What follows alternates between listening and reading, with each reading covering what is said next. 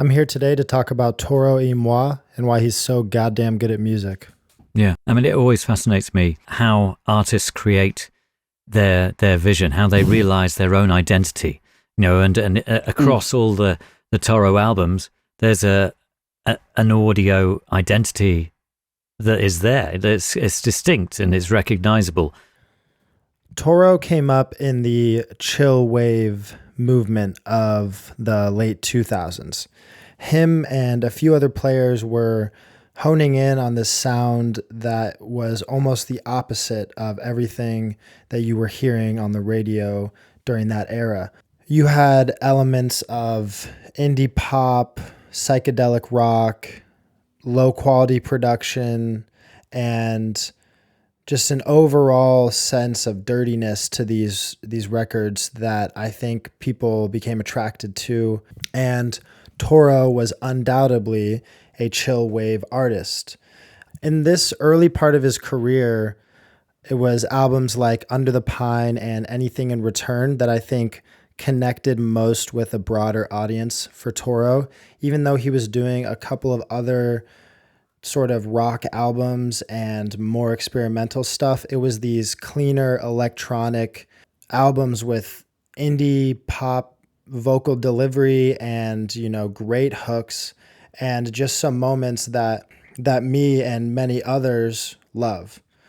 I think the first time I was put onto Toro was with his song Rose Quartz. A friend of mine played that song for me, and I just remember listening to it like, wow, this is what electronic music can be. It doesn't have to be drops and the sort of structure that's more played out. Like it is an electronic song that transcends the genre. It has so many different elements, and Rose Quartz remains one of my favorite songs to this day. No pun intended, but actually, I don't know what project songs are going to until I actually put vocals on them.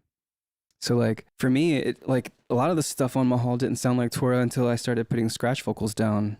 And then I was like, oh, okay, I know how to work with this drum fill. I know how to work with this guitar solo and where my vocals should sit or how they should sit. Mahal by Toro y Moi is a experience. It's not just something you listen to and add to your playlist and fuck off and move on. The music on this project it's like a setting or a place that you're going to. It's cohesive through the mixing techniques, the sound selection, the driving and radio channel changing effects, and just these moments that he creates that bring it all together. Like, these beats on their own are great, but then when you add all of the elements of cohesion from top to bottom and how he processed and brought this album to life, it takes it to another level. When one of these songs pops up on a playlist that I'm listening to, it feels weird when the next song isn't from Mahal. Like, he created these tracks that when you take them out of context, it almost makes you uneasy because you're expecting to continue going in this place that he created. And I think when you set out to make an album, that's what you're going for. You want all of these songs to live together in the same place and feel a part of a larger story. And I think when done correctly, it's so much more powerful than just one great song. It's a collection of great songs that live together. And Toro did this beautifully with Mahal.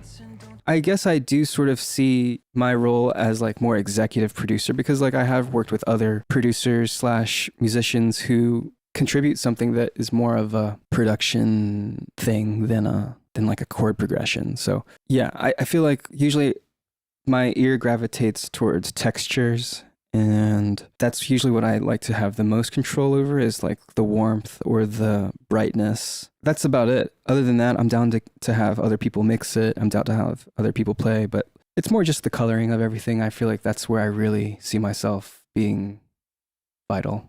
In my research for this video and just looking back on Toro's discography and career in general, I found one thing to be true. And that is that an artist's voice is not just replicating a formula that works.